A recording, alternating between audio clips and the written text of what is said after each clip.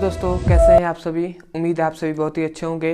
तो आज परमाणु संरचना का ये 9वां वीडियो है, जिसमें आज हम लोग देखेंगे परमाणु क्रमांक किसे कहते हैं, या इसे ही हम परमाणु संख्या भी कहते हैं। ठीक है, तो ये क्या होता है इसको देखेंगे। उसके बाद देखेंगे परमाणु क्रमांक का महत्व या परमाणु संख्या का महत्व। ठीक है, कि परमाणु क्रमांक जब हमें प्राप्त हुआ तो उसका क्या महत्व है, उससे हमें क्या क्या और चीज़ें जानने को मिली या कौन कौन सी चीज़ें सीखने को मिली। ठीक है, उसके बाद तीसरा हम देखेंगे परमाणु भार या परमाणु द्रव्यमान। ठीक है, परमाणु भार कहिए या परमाणु द्रव्यमान, ये क्या होता है इसके बारे में भी हम लोग डिस्कस करेंगे। तो चलिए दोस्तों देखते हैं सबसे पहले परमाणु क्रमांक किसे कहते हैं। ठीक है, तो परमाणु क्रमांक किसे कहते हैं। सबसे पहली बात आती है परमाणु क्रमांक कहते किसे हैं या परमाणु संख्या किसे कहते हैं। देखिए दोस्तों, परमाणु क्रमांक तो इसमें सबसे पहला परमाणु और क्रमांक, ये दो शब्दों से मिलकर बना है। एक है परमाणु और दूसरा है क्रमांक। मतलब परमाणु क्रमांक मतलब परमाणुओं की संख्या। ठीक है, तो सबसे पहली बात तो हमें परमाणु पता होना चाहिए, परमाणु होता क्या है। ठीक है, तो परमाणु हम जानते हैं कि परमाणु है, ये मान लीजिए कोई परमाणु है, परमाणु के बीच में क्या होता है, नाभिक होता है, और नाभिक के चारों ओर क्या होते हैं, कक्षाएं होती हैं, जिसमें क्या होते हैं, जिसमें इलेक्ट्रॉन उपस्थित होते हैं। ठीक है, नाभिक की चारों ओर कक्षाओं में क्या होते हैं, इलेक्ट्रॉन उपस्थित होते हैं। और इस नाभिक में क्या होता है, नाभिक में प्रोटॉन और न्यूट्रॉन उपस्थित होते हैं। ये बात हमें पहले से पता है या पता होना चाहिए। ठीक है, परमाणु क्रमांक जान रहे हैं तो देखिए क्या होता है, परमाणु होता है, परमाणु के बीच में क्या होता है, केंद्र में नाभिक होता है, नाभिक में प्रोटॉन और न्यूट्रॉन होते हैं, और नाभिक के चारों ओर कक्षाएं होती है, जिसमें क्या होता है, इलेक्ट्रॉन होते हैं। ये सभी क्या है, इलेक्ट्रॉन है। ठीक है, ठीक है, तो परमाणु क्रमांक का डिफिनेशन यही होता है। तो देखिए परमाणु क्रमांक किसे कहते हैं, किसी परमाणु में उपस्थित, ये क्या है, परमाणु है, ये सभी क्या है, परमाणु है। तो परमाणु में उपस्थित प्रोटॉनों की संख्या को ही हम क्या कहते हैं, परमाणु क्रमांक कहते हैं। ठीक है, किसी परमाणु में उपस्थित प्रोटॉनों की संख्या को हम क्या कहते हैं, परमाणु क्रमांक कहते हैं। ठीक है, तो इसका हम डिफिनेशन कैसे लिखेंगे, डिफिनेशन यही लिखेंगे। ठीक है, तो इसको पहले मिटा दे रहा हूं, उसके बाद लिखेंगे डिफिनेशन। क्या लिखेंगे, किसी परमाणु के नाभिक में उपस्थित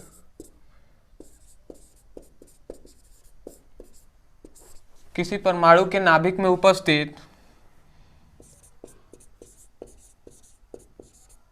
प्रोटॉनों की संख्या को क्या कहते हैं, परमाणु क्रमांक कहते हैं, परमाणु क्रमांक या परमाणु संख्या कहते हैं। ठीक है, तो यही हो जाएगा आपका डिफिनेशन। एक बार आप इसे पढ़िए, क्या कहा जा रहा है, कोई भी परमाणु है कि क्या कहा जा रहा है, किसी परमाणु के नाभिक में स्थित, नाभिक में स्थित क्या, या नाभिक में उपस्थित, किसी परमाणु के नाभिक में उपस्थित प्रोटॉनों की संख्या को क्या कहते हैं, परमाणु क्रमांक कहते हैं। मतलब ये परमाणु है, परमाणु के नाभिक में क्या होता है, प्रोटॉन होता है और न्यूट्रॉन होता है। तो प्रोटॉनों की संख्या को ही क्या कहते हैं, हम परमाणु क्रमांक कहते हैं। ठीक है, तो याद रखेंगे परमाणु क्रमांक वही कहा जा रहा है, किसी परमाणु, ये क्या है, परमाणु है, किसी परमाणु के नाभिक में स्थित, नाभिक में स्थित क्या है, या नाभिक में उपस्थित प्रोटॉनों की संख्या, प्रोटॉनों की संख्या को क्या कहा जाता है, परमाणु क्रमांक। और एक पॉइंट याद रखेंगे, परमाणु क्रमांक को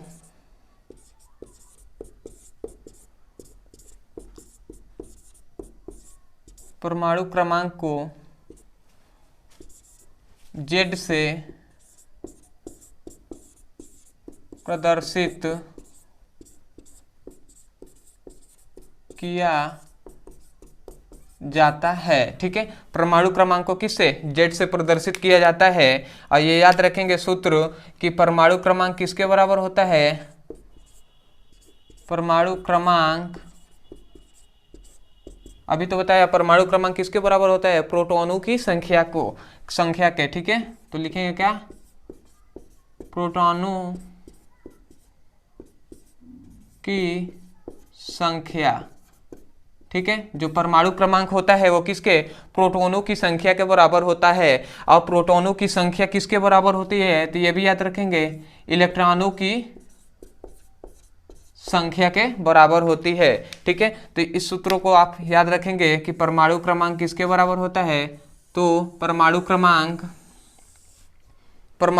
किसके बराबर होता है, प्रोटॉनों की संख्या के, और प्रोटॉनों की संख्या किसके, इलेक्ट्रॉनों की संख्या के बराबर होता है। इससे ये पता चलता है कि अगर परमाणु क्रमांक 2 है किसी तत्व का, या किसी परमाणु का क्या है, परमाणु क्रमांक क्या है, 2 है, तो प्रोटॉनों की संख्या, उस तत्व की प्रोटॉनों की संख्या कितनी हो जाएगी, 2, और उस तत्व में इलेक्ट्रॉनों की भी संख्या कितनी हो जाएगी, 2, ठीक है। तो उम्मीद है बहुत अच्छा समझ में आया होगा। जैसे एग्जाम्पल से बताऊं, जैसे हाइड्रोजन है, हाइड्रोजन का परमाणु क्रमांक 1 होता है, तो इसका मतलब हाइड्रोजन में प्रोटॉनों की संख्या कितनी हो जाएगी, 1, और इलेक्ट्रॉनों की भी संख्या कितनी हो जाएगी, 1, ठीक है। जैसे ऑक्सीजन है, ऑक्सीजन का परमाणु क्रमांक 8 होता है, तो इसका मतलब ऑक्सीजन में प्रोटॉनों की संख्या कितनी है, 8, और इलेक्ट्रॉनों की भी संख्या कितनी है, 8 है, ठीक है। तो उम्मीद है बहुत अच्छे समझ में आया होगा परमाणु क्रमांक या परमाणु संख्या। अब देखेंगे इसका महत्व, कि इसका महत्व क्या है, ठीक है। तो इसको मैं मिटा रहा हूं।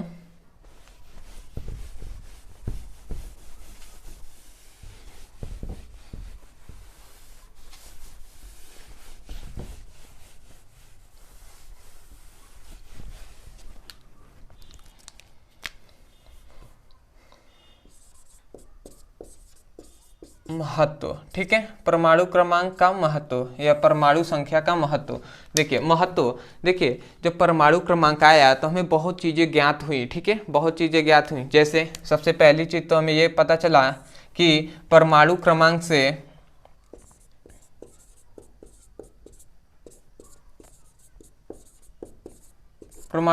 क्या पता चला, परमाणुओं के गुण का पता चला, परमाणु के गुणधर्म, ठीक है, गुणधर्म पता चला, ठीक है।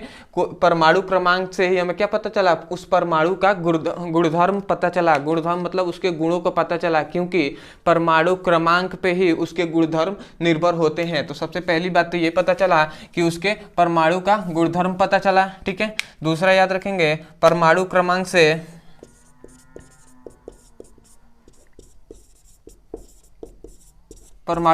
हमें पता चला कि प्रोटॉनों की संख्या कितनी होती है, मतलब परमाणु में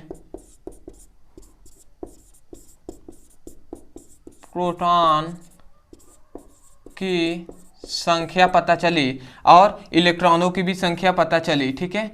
लिखेंगे क्या, आप ये लिखेंगे, परमाणु क्रमांक के प्राप्त होने से क्या हुआ, परमाणुओं में प्रोटॉनों की संख्या और इलेक्ट्रॉनों की संख्या ज्ञात हुआ या पता चला, ठीक है। तीसरा याद रखेंगे, ये 2 हो गया, ठीक है। तीसरा, परमाणु क्रमांक, जब परमाणु क्रमांक से ही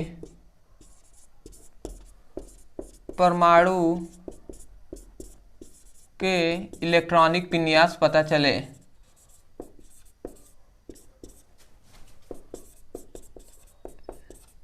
इलेक्ट्रॉनिक विन्यास के बारे में तो समझते ही होंगे।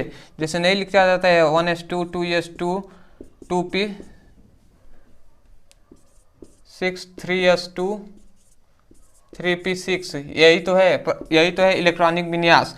तो ये भी पता चला हमें किससे, परमाणु क्रमांक जब प्राप्त हुआ तब। तो उम्मीद है क्या है, परमाणु क्रमांकों के महत्व भी आपको अच्छे समझ में आया होगा। सबसे पहले परमाणु क्रमांक से ही हमें परमाणु के गुणधर्म पता चले। दूसरा, परमाणु क्रमांक से ही हमें क्या पता चला, प्रोटॉनों और इलेक्ट्रॉनों की संख्या पता चली। तीसरा, परमाणु क्रमांक से ही हमें क्या, इलेक्ट्रॉनिक विन्यास पता चले। तो उम्मीद है बहुत अच्छे समझ में आया होगा। अब हम देखेंगे परमाणु भार या परमाणु द्रव्यमान किसे कहते हैं, ठीक है। तो स्क्रीनशॉट ले सकते हैं, चलिए देखते हैं।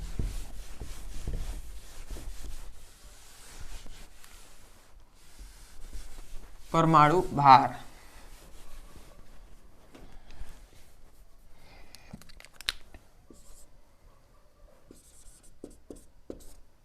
या हम कह सकते हैं परमाणु द्रव्यमान। ठीक है, तो देखते हैं हम परमाणु भार या परमाणु द्रव्यमान किसे कहते हैं। ठीक है, तो देखिए सबसे पहली बात, ये क्या है, परमाणु है। ठीक है, परमाणु के बीच में क्या होता है, नाभिक होता है, और नाभिक के चारों ओर क्या होते हैं, कक्षाएं होती हैं। और नाभिक क्या होता है, प्लस होता है, नाभिक पॉजिटिव होता है, धनात्मक होता है नाभिक। और नाभिक के अंदर क्या होता है, नाभिक के अंदर प्रोटॉन होता है, और नाभिक के अंदर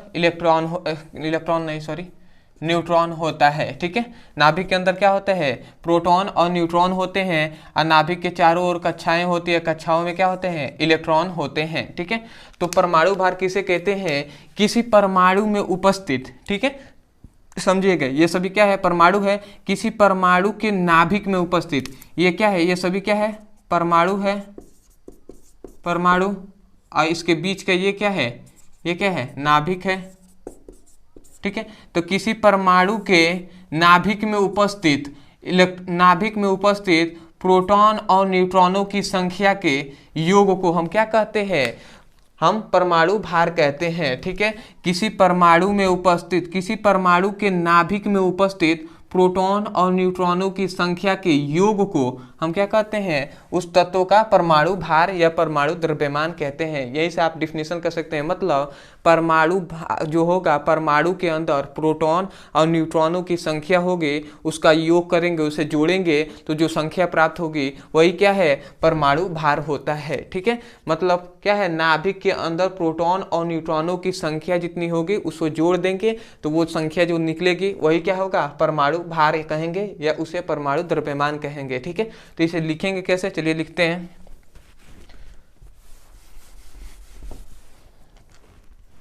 तो हम डिफिनीशन यही लिखेंगे, परमाणु भार का डिफिनीशन हम यही लिखेंगे, किसी परमाणु के नाभिक में उपस्थित, किसी परमाणु के नाभिक में उपस्थित प्रोटॉन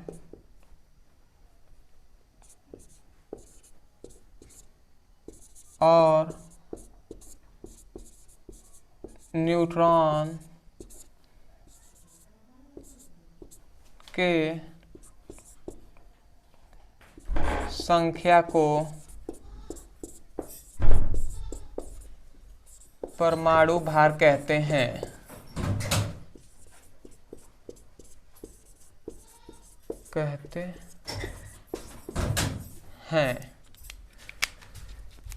किसी परमाणु के नाभिक में उपस्थित प्रोटॉन और न्यूट्रॉनों की संख्या को हम क्या कहते हैं, परमाणु भार कहते हैं, या इसे ही हम क्या कहेंगे, परमाणु द्रव्यमान कहते हैं। मतलब किसी परमाणु के नाभिक में कोई भी परमाणु है, इसके नाभिक में जो प्रोटॉन होंगे और न्यूट्रॉन होंगे उन संख्याओं के योग करेंगे, उस संख्याओं को प्रोटॉन और न्यूट्रॉनों की संख्या के योग लिखेंगे ना, क्योंकि इसको जोड़ा जाएगा ना, परमाणु इलेक्ट्रॉन प्रोटॉनों की संख्या के योग के क्या कहते हैं, परमाणु भार कहते हैं। यही आपका डिफिनीशन हो जाएगा। मतलब किसी परमाणु में, देखिए यही मिला, किसी परमाणु के नाभिक में उपस्थित प्रोटॉन और न्यूट्रॉन की संख्या के योग को, प्लस मतलब योग को ही क्या कहते हैं, परमाणु भार कहते हैं या परमाणु द्रव्यमान कहते हैं। मतलब कोई भी परमाणु है, उसके नाभिक में उपस्थित प्रोटॉन और न्यूट्रॉनों की संख्या को जब जोड़ दिया जाएगा तो जो प्राप्त होंगे वही क्या कहेंगे, उसी को परमाणु भार कहेंगे। ठीक है, और ये पॉइंट याद रखेंगे, एक पॉइंट कि जो परमाणु होता है, परमाणु भार होता है, भार को किससे प्रदर्शित करते हैं, परमाणु भार को ए से प्रदर्शित करते हैं। ठीक है, परमाणु भार को किससे, ए से प्रदर्शित करते हैं। याद रखिएगा परमाणु भार का सूत्र याद रखिएगा, जो परमाणु भार होता है, परमाणु भार या परमाणु द्रव्यमान वो किसके बराबर होता है, तो प्रोटॉनों की संख्या की संख्या, ठीक है, प्रोटॉनों की संख्या, इसको मिटा दे रहा हूं, प्रोटॉनों की संख्या प्लस न्यूट्रॉनों की संख्या के, ठीक है। तो याद रखेंगे जो परमाणु भार होता है वो किसके, परमाणु भार प्रोटॉनों की संख्या और न्यूट्रॉनों की संख्या के योग के बराबर होता है। इसीलिए कहा जा रहा है किसी परमाणु में उपस्थित, किसी परमाणु के नाभिक में उपस्थित क्या, प्रोटॉन और न्यूट्रॉनों की संख्या के योग को हम परमाणु भार कहते हैं, ठीक है। तो उम्मीद है बहुत अच्छे से आपको समझ में आया होगा। तो अगर समझ में आया है तो चैनल को सब्सक्राइब कर लीजिए। और दूसरी बात कि ये 9वां वीडियो है, इससे पहले 8 वीडियो आपको प्रोवाइड करा दिए गए हैं यूट्यूब चैनल पर, तो आप जाकर उसे सर्च मार के भी देख सकते हैं, या आपको अच्छे से अगर जाकर आप हमारे चैनल के प्लेलिस्ट से भी पढ़ सकते हैं, क्योंकि प्लेलिस्ट से पढ़ेंगे तो आपको अच्छे से नोट भी प्रोवाइड होंगे और अच्छे से आपको आएगा, ठीक है। तो आपको सब कुछ अच्छे से आएगा। तो आपको रिक्वेस्ट है कि आप जाकर प्ले लिस्ट के अनुसार पढ़िए। कोई भी गुरुत्वाकर्षण चैप्टर है उसका 1, 2, 3, 4 ऐसे वीडियो बना हुआ है, तो पार्ट 1, पार्ट 2, पार्ट 3 ऐसे करके देखिए, ठीक है। तो उम्मीद है बहुत अच्छे समझ में आया होगा। तो चैनल को सब्सक्राइब कर दीजिए और वीडियो को लाइक कर दीजिए। मिलते हैं अगले वीडियो में, धन्यवाद।